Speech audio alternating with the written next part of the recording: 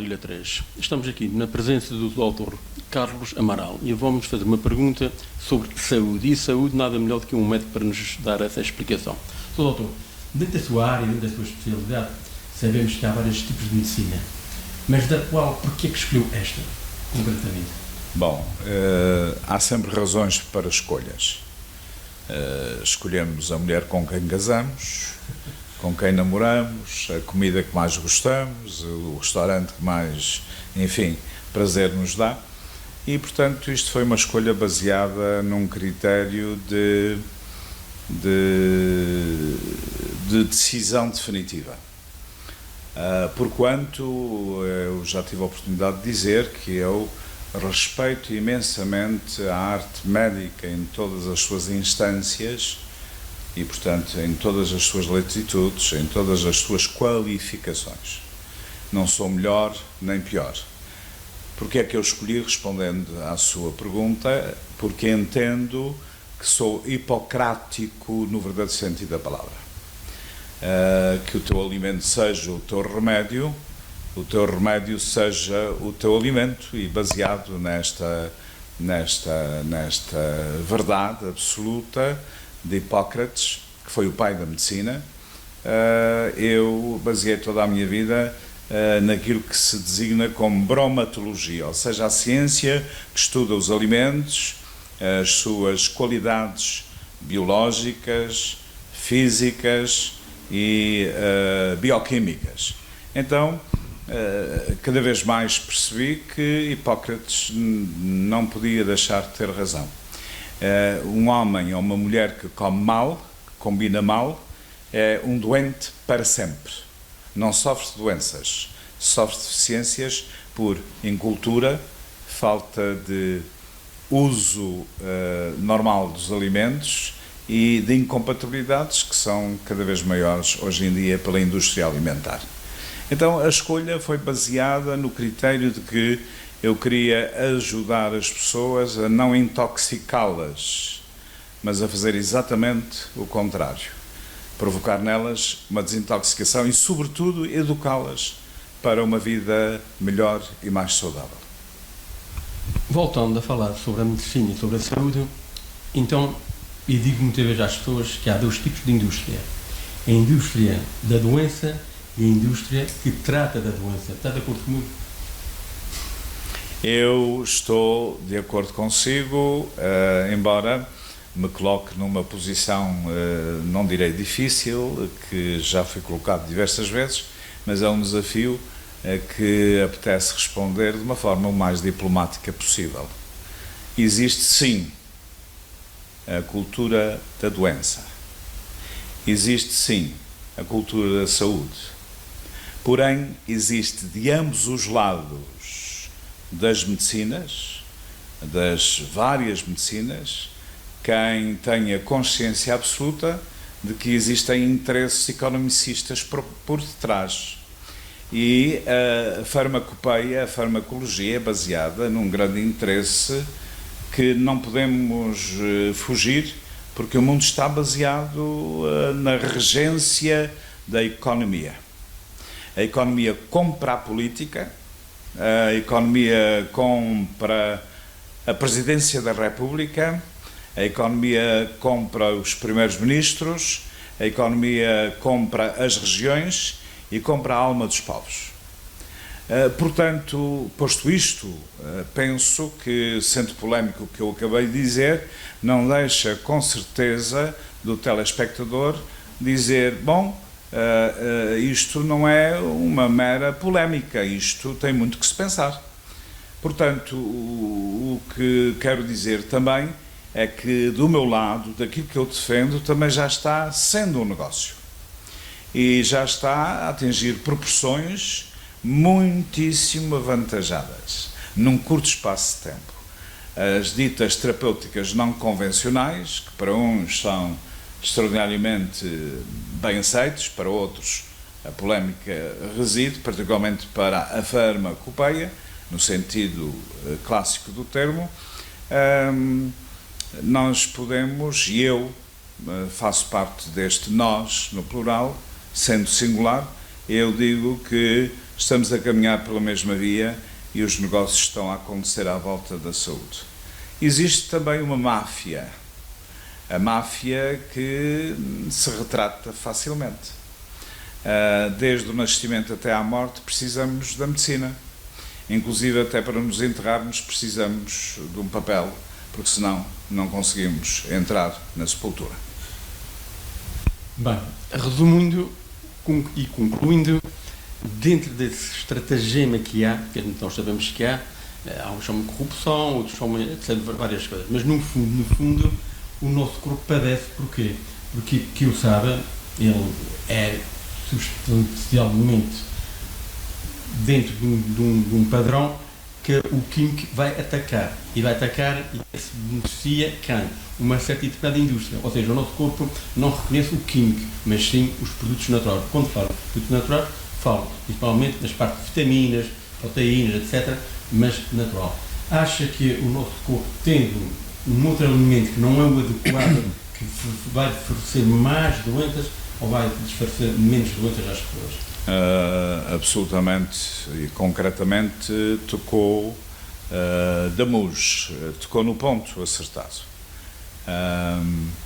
Para que o corpo humano reconheça uma molécula sintética que normalmente descende do petróleo, ele leva um período de exaustão e de confusão até a molécula ser mais ou menos assimilada. Desculpa. Então, quando é necessário, e é necessária a medicina convencional, em 3 áreas muito específicas, isto é a minha opinião, discutível, abrangível pela polémica que pode gerar, não interessa, estou preparado para qualquer discussão deste género, 3 áreas: acidente, emergência e estado agudo. Portanto, a medicina convencional é tão importante nestas áreas que não há outra que possa tomar conta desta matéria. E sejamos honestos.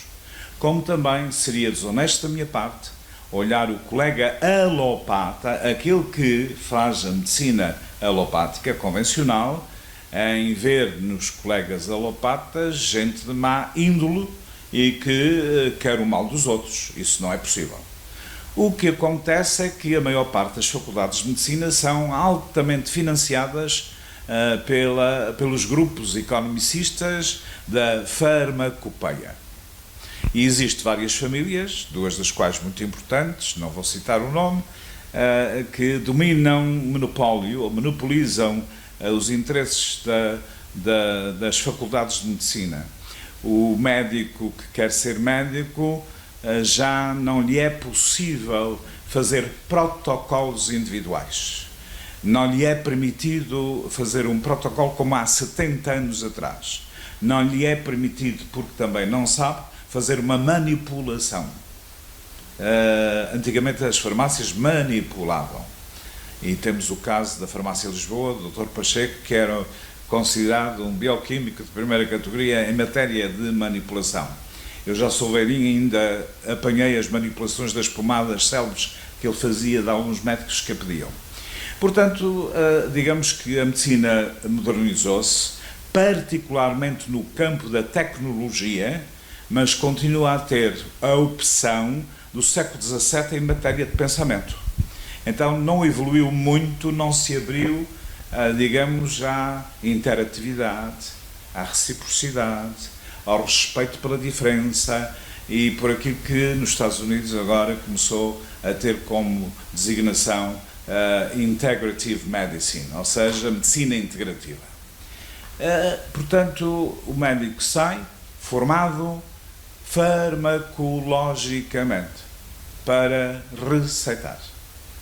A maior parte dos médicos, com o devido respeito, se não forem os colegas especialistas nas diversas áreas, da imagiologia, das análises, etc., eles não sabem ler as radiografias, só quem estudou o material de Röntgen é que ainda reconhece uma fratura, ou um ortopedista, e o hematologista decifra. E, portanto, se o alopata não tiver acesso a estas informações, ele não tem como fazer o diagnóstico correto. Antigamente o médico estava preparado para tudo isto e mais alguma coisa. Eu falei do manual Röntgen. Röntgen foi um senhor que, depois da descoberta dos raios-x, estudou a forma de ler o raio-x no sentido de descobrir, através do mesmo, deficiências orgânicas, particularmente no campo dos ossos, da traumatologia, etc. e por aí. Portanto, vemos reduzida cada vez mais a hipótese do ser pensante, que é o médico, de ter liberdade absoluta para agir de acordo com, não só essa liberdade, mas de acordo com a postura de médico que ele devia sempre tê-la, que era decidir o que devia fazer com o seu paciente. Então, resumindo, fazendo uma análise àquilo que acabou de dizer, estamos a pôr a religião e a medicina num balanço igual, ou seja, várias religiões, todas têm um pouco de verdade e muito de mentira.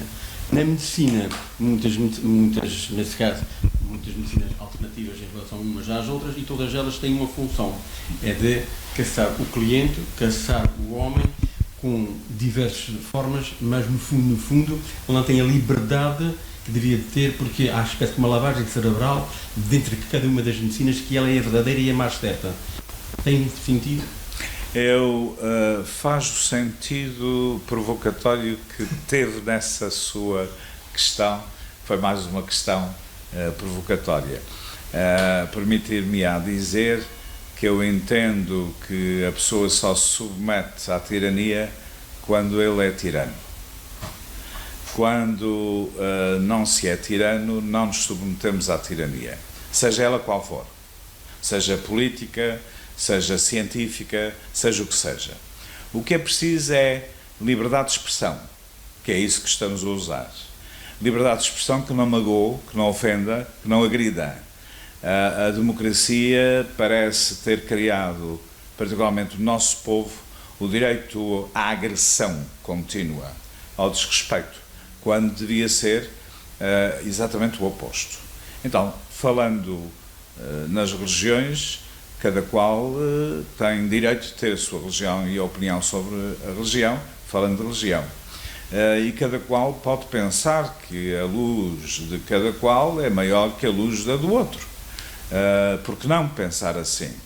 No meu particular caso, e não por falsa humildade, nem muito menos por arrogância, eu tento ser o ser humano mais simples possível, embora concretamente seja complexo, não é?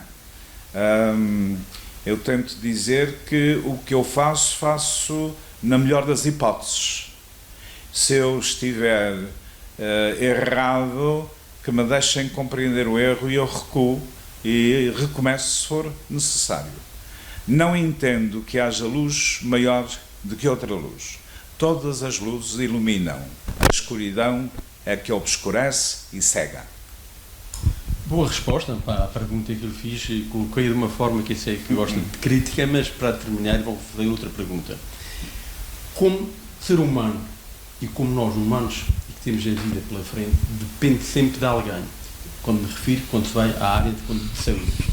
Acha que há médicos que fazem de propósito ou não o melhor de si, ou alguns usam a medicina e o seu nome para crescer na sociedade, mas numa parte está-se marimbando para a pessoa que está doente ou não?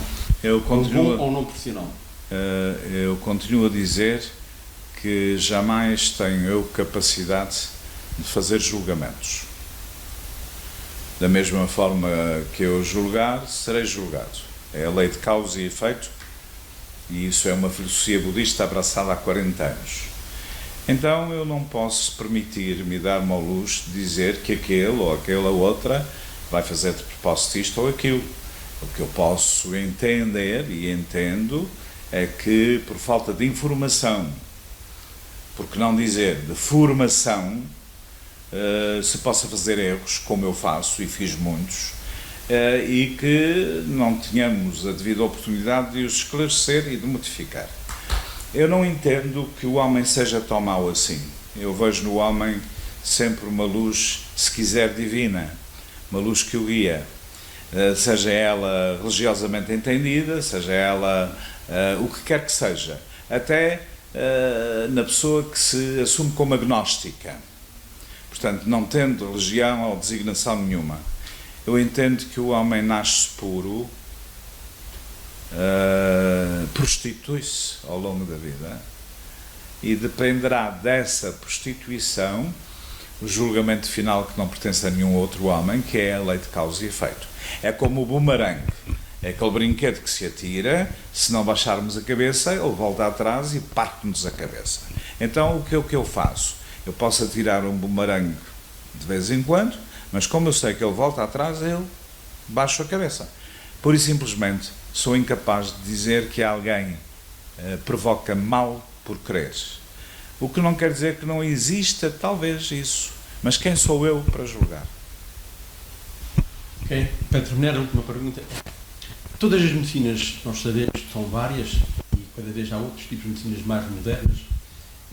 Acha que todas elas deviam focar no mesmo ponto, principalmente no ponto da saúde, e não usar o seu, só o seu, e criticar o outro? Todos deviam lutar para a mesma coisa, e a descoberta de uma fosse benefício para as outras, para todos, no mesmo só sentido, beneficiar o ser humano. Entendo perfeitamente a sua questão, é lícita, é oportuna, e devo dizer que é essa que me faz ainda viver a textualidade da atualidade que ainda no exercício da minha função eu defendo. Medicina há uma só, é aquela que cura. Portanto, se ela vem da esquerda, da direita, de cima, de baixo, dos lados, do norte, do sul, não me importa. O que importa é a honestidade de dizer: eu presto o culto a um exercício que faz bem, então, se faz bem, vamos continuar.